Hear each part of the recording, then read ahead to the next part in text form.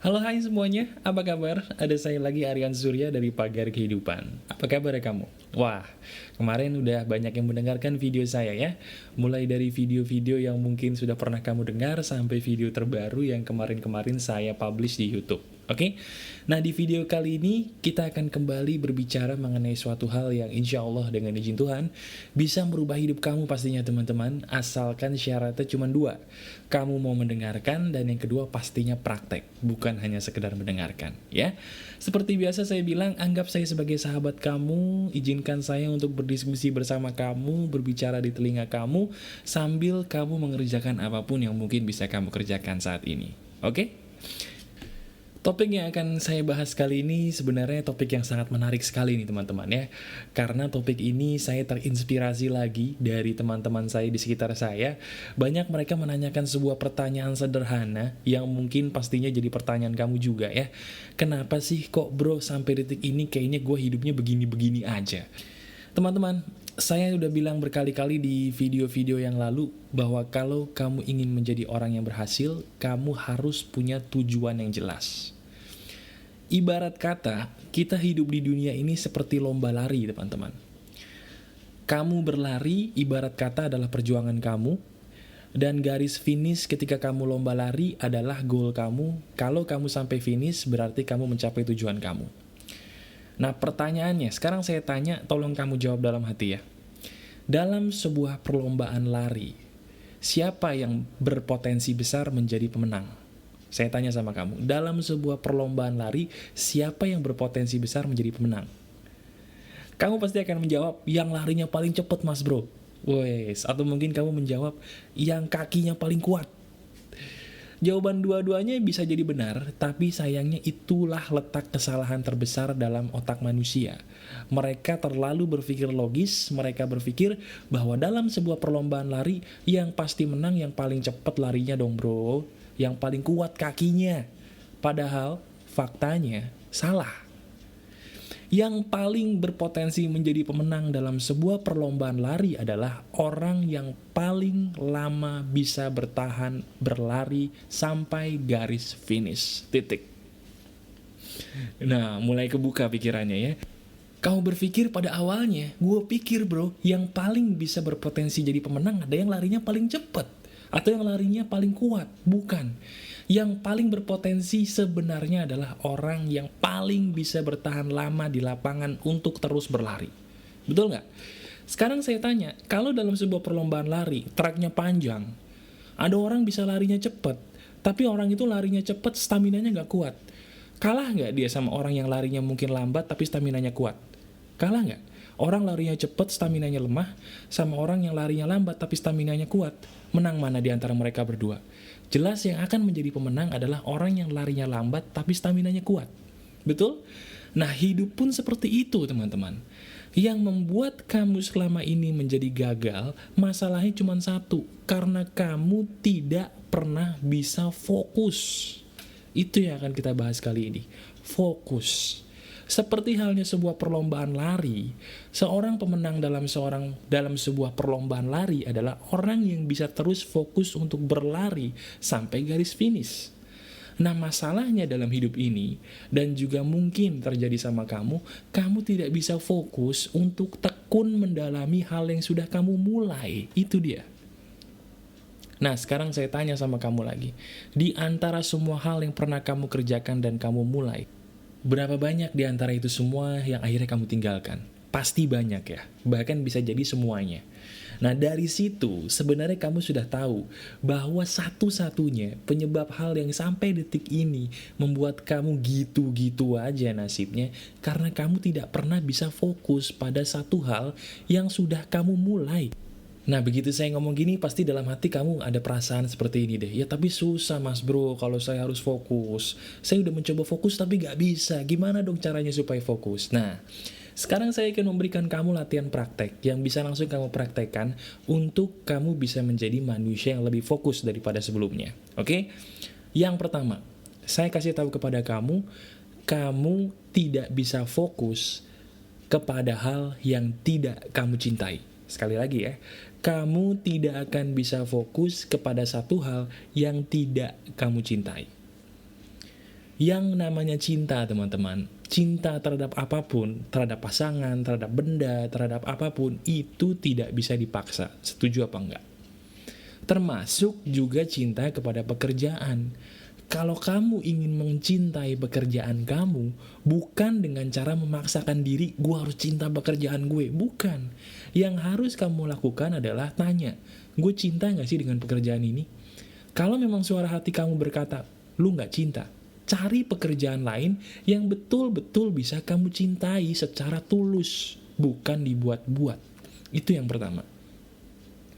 Kenapa? Karena kalau pekerjaan yang kamu kerjakan kamu cintai, kamu gak usah disuruh fokus, pasti kamu fokus. Pasti, gak mungkin gak. Orang akan cenderung mencintai sebuah pekerjaan yang mereka fokuskan, dan orang akan juga cenderung bisa fokus kepada sebuah pekerjaan yang mereka cintai, itu pasti. Yang pertama, temukanlah pekerjaan yang kamu cintai, bukan memaksakan cinta kepada pekerjaan yang memang tidak kamu cintai. Itu nomor satu. Nah, mungkin kamu bertanya, ya terus gimana Mas Turu caranya saya bisa menemukan pekerjaan yang memang benar-benar bisa gue cintai gitu? Cara yang paling efektif adalah berdialoglah dengan suara hati kamu. Suara hati kamu itu sebenarnya diciptakan Tuhan sebagai satelit, sebagai penuntun kemana kamu harus melangkah di dalam hidup ini supaya nasib kamu beruntung. Sayangnya, seperti yang saya bicarakan di video-video yang lalu, kebanyakan di antara kita otaknya sudah dicuci sama pendidikan yang kurang tepat, sehingga suara hati itu kalah sama logika. Akibatnya, ketika suara hati kamu bersuara walaupun tidak sesuai logika, tidak sesuai nalar, kamu abaikan deh tuh suara hati. Padahal suara hati kamu, itulah penuntun sejati kamu menuju hal-hal yang memang pas buat kamu. Percaya atau enggak, suara hati kamulah yang akan menuntun kepada jodoh yang pas, kepada pekerjaan yang pas, kepada makanan yang pas, bahkan kepada tempat tinggal dan kondisi hidup yang pas. Percaya atau enggak, itulah yang dimau oleh suara hati kamu. Fungsi kamu, tugas kamu adalah hanya mendengarkan dia.